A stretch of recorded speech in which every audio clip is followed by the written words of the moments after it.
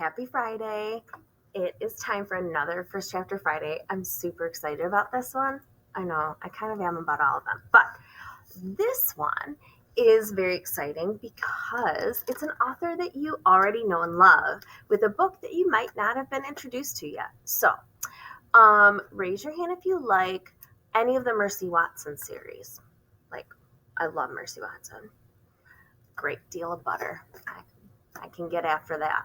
So, any of the Mercy Watson books, A Piglet Called Mercy was a picture book. Bink and Golly, also know that series. Let me think. The Miraculous Journey of Edward Tulane. The Tale of Despero. For you fourth graders, Tiger Rising. Trying to think. So many titles. This one person. Oh, Flora and Ulysses. Awesome. Love that one too. Can't believe I forgot that one. All of those titles, all of those series, all of those books by one author, Kate DiCamillo. And here is a new series, newer. I think I got it a year ago or year and a half ago. This one's called Louisiana's Way Home. Now, if you like this First Chapter Friday read, there are others in this series. One with the title with Beverly. I don't have that one. However, if you like it, we'll figure out how to get it, right? That's what we do when we really like a good book. So if you like this First Chapter Friday, keep that in mind, because maybe you'll like other books by Kate DiCamillo. Maybe you'll want to read another in her series. In this series, I believe there's 3. She tends to write in groups, I think. So Louisiana's Way Home. Chapter 1. I'm going to write it all down so that what happened to me will be known, so that if someone were to stand at their window at night and look up at the stars and think, my goodness, whatever happened to Louisiana Elefante? Where did she go? They will have an answer. They will know.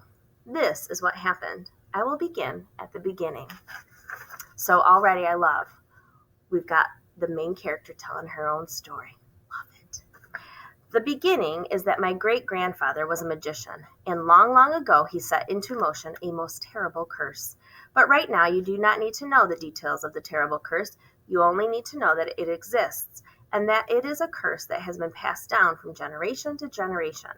It is, as I said, a terrible curse, and now it has landed upon my head. Keep that in mind. We left in the middle of the night.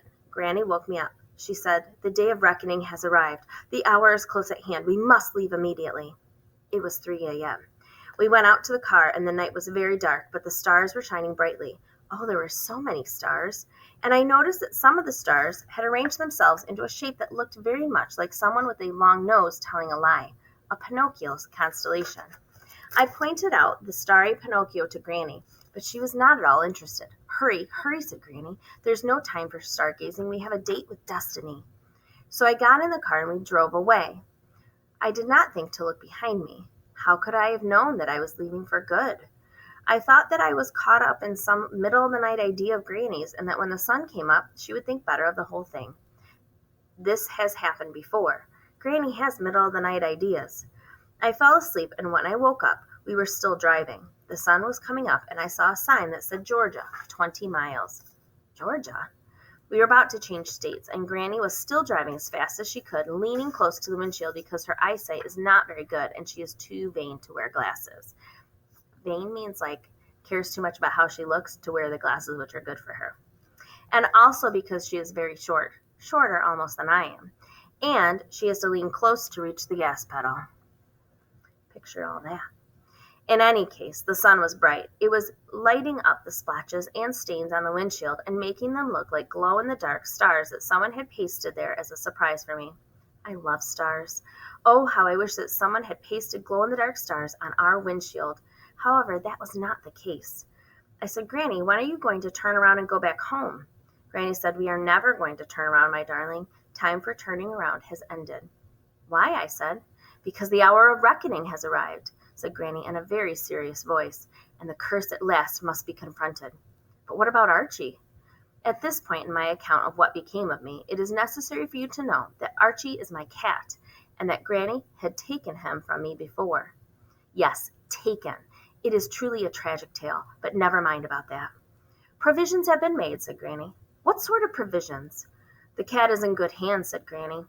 So can you imagine what provisions might mean based on what I just read? Well, this is what Granny had said to me the last time she took Archie, and I did not like the sound of her words one bit. Also, I did not believe her. It was a dark day when you do not believe your Granny. It is a day for tears. I started to cry. I cried until we crossed over the Florida-Georgia state line, but then something about the state line woke me up. State lines can do that. Maybe you understand what I'm talking about, and maybe you don't. All I can say is that I had a sudden feeling of I can't say the word. Yes, I can. Irrevocableness. And I thought, I had to get out of this car. I have to go back. See how sometimes even adults get tripped up? You just got to chunk it up and keep going. So I said, Granny, stop the car. And Granny said, I will do no such thing. Granny has never listened to other people's instructions. She has never heeded anyone's commands. She's the type of person who tells other people what to do, not vice versa.